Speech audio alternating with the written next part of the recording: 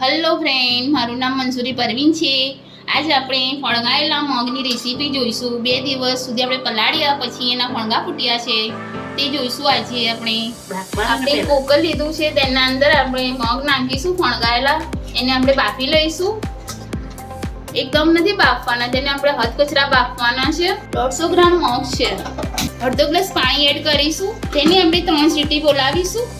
10 minute માટે આપણે એમાં 3 સીટી બોલી જશે 10 મિનિટમાં.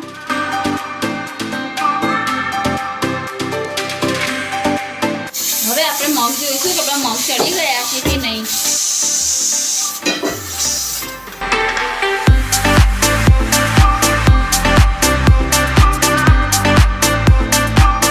આપણા મગ ચડી ગયા છે.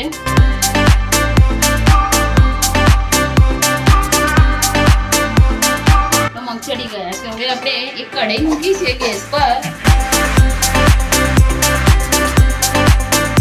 તેમાં આપણે તેલ નાખીશું. 3 ચમચી જેટલું તેલ નાખીશું આપણે તેમાં. હવે આપણે સૌ પ્રથમ આપણે જીરું નાખીશું.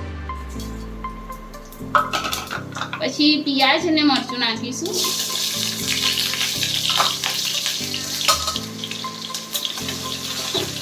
મીડિયમ સાઈઝની પિયાજ લીધી છે આપણે, અને મરચાંની 2 ચીરી છે.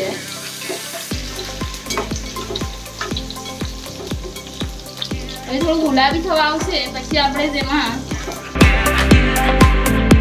થોડું ગુલાબી થઈ ગઈ છે પિયાજ આપણી. તેમાં આપણે હવે મરચું નાખી દઈશું લાલ. તેમાં ધાણા જીરાનો પાવડર નાખીશું. તેમાં મીઠું અને હળદી નાખીશું. મીઠું સ્વાદ પ્રમાણે નાખવાનું છે.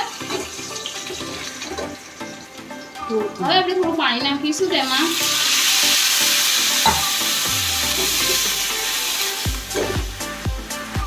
હવે અડધું લીંબુ જે આપણે છે એ આપણે એમાં એડ કરી દઈશું. હવે આપણે તેમાં મગ નાખી દઈશું. આ ફણગાયેલા મગ છે, એના ફાયદા પણ ઘણા છે. જે આપણે ફણગાઈને કાચા ખાઈએ તો તેના ફાયદા બહુ છે, શરીર માટે બહુ સારા છે. રોજ એક મુઠ્ઠી ખાવા જોઈએ. વાળ માટે સારા છે, શરીર માટે સારા છે, પગ માટે સારા છે. ફણગાયેલા મગ એ દિવસ પહેલા આપણે ફણગાવવા પડે છે. અને હવે આપણે તેને 5 મિનિટ માટે થવા દઈશું.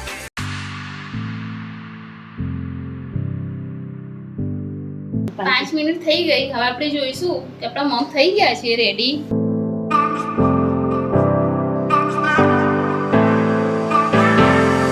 આપણા મગ રેડી થઈ ગયા છે.